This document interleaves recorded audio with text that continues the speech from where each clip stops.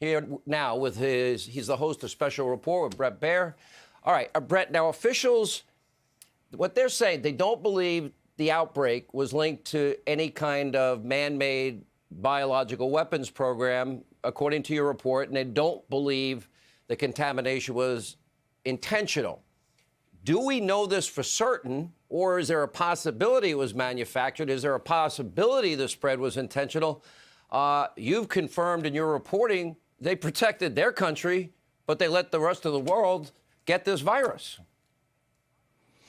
Yeah, Sean, good evening. There's really zero confidence in the people I've talked to and publicly that this was a man-made virus. You heard Tony Fauci asked this question in a way about the lab in the White House task force briefing tonight, and he said that there are a lot of studies that show that it was transmitted from animal to human and that it was not genetically altered. That matches what our sources said and what we reported at the beginning, that they didn't think, based on the structure of the genome of the virus, that it was man-made. Now, the thing that is inconclusive is exactly about the lab, but more and more dots, both open source and classified, point right to the lab, and that's why we said increasing confidence. What there is 100% confidence of, and we've reported this, and now more and more officials are saying it publicly, is the level and extent of the cover-up China went to, and part of those dots fit into why there's such a point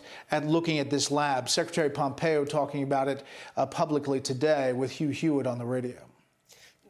Now, 98%, we do know this from SARS. Most people may not remember SARS also was a coronavirus, and according to the scientists and doctors I've interviewed, when they broke down the sequence in record time, which is why we're in stage 1 trials for a vaccine, there was a 98% similar sequence as SARS, again, another coronavirus, which would lend itself to the theory that they didn't do this intentionally, meaning create the virus, that it was there.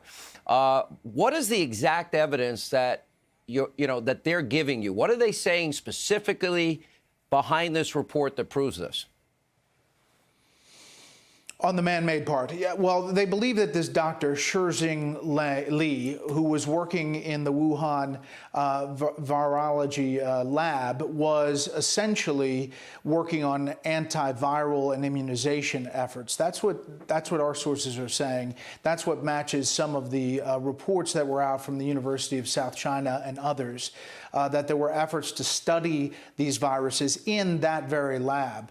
And basically that the non-man-made part is pointing specifically to the genetic mapping of this virus right now, and that it hopped from an animal to human, and it was not altered in its genetic sequence. That's what we're getting. And just to be clear, in your reporting, you're saying that it was the Chinese viewed this as dangerous enough that they weren't allowing flights in or out of Wuhan to any other part of China, but they were allowing it to the rest of the world, which would say they knew it was that dangerous. Well, then you look at other elements there, dots on the board, and that is how much they went to scrub all of the data. The fact that you can't find some of these doctors, including Shizheng Li, who was working on it. The fact that some of the samples were destroyed. The fact that just today, Sean, the Chinese government announced an increase in the death total in Wuhan by 50%. 50%. What a joke. That's just today. Unbelievable. All right, Bret Baier, great job. Thank you for your reporting. Thanks for sharing it with our viewers.